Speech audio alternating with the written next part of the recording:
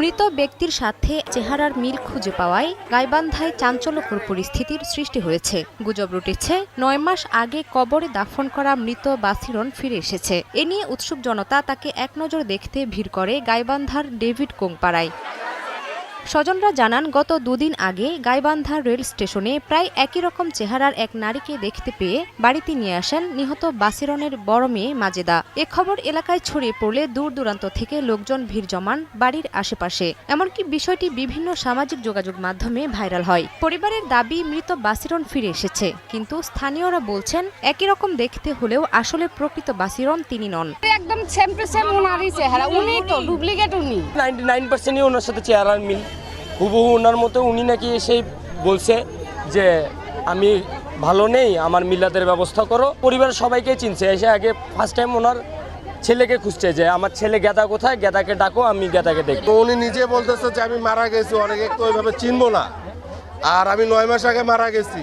তার নাতিকে, তার ছেলেকে তাদের নাম ধরে রাখতেছে। উনি মারা গেছে, আমরা মাটিও দিছি তো ওনাকে আমরা মাটিও দিছি, আমরা মাটি দিছি ওনাকে, কিন্তু গত পরশু রাত থেকে ওনাকে দেখতেছি। খবর পায়ে পরে স্টেশনে গেছি, যাওয়ার পরে আমাকে বলতেছে এটাই তো আমার ছোট মেয়ে। আমাকে ধরে কান্নাকাটি করলো, করার পরে সারা রাত আমরা স্টেশনেই ছিলাম। পরে বাসায় আনতে চাইছি, বললো যে বাসায় যাব, দেরি আছে, একটু সকাল হোক, মানে পরিষ্কার হলে আমি বাসায় যাব। তা আমি জিজ্ঞেস করছি ওনাকে যে আপনি কই থেকে আসছেন। তা বললো যে আমি গোরস্থান থেকে উঠে আসছি, 1 মাস 12 দিন হলো। 12 দিন ছিলাম শ্মশানে, আর 1 মাস আমি বাহিরে ঘোরাফেরা করে আমি এখানে আসছি ছেলে মেয়ে দেখার জন্য। তা আপনারা কান্নাকাটি যদি করেন তাহলে আমাকে হারে যাবে, আর যদি কান্নাকাটি না করো তাহলে আমি দেখতে আসছি। আমি তোমাদের দেখে দেখে যখন মন চাবে তখন আমি নিজেই সাজাবো। গেদার মার যে বৈশিষ্ট্য আমি নিজে ফলো করছি, তার কান কাটা ছিল, এটুক পর্যন্ত অনেক কান কাটা ছিল, দুলটা এখানে আসে।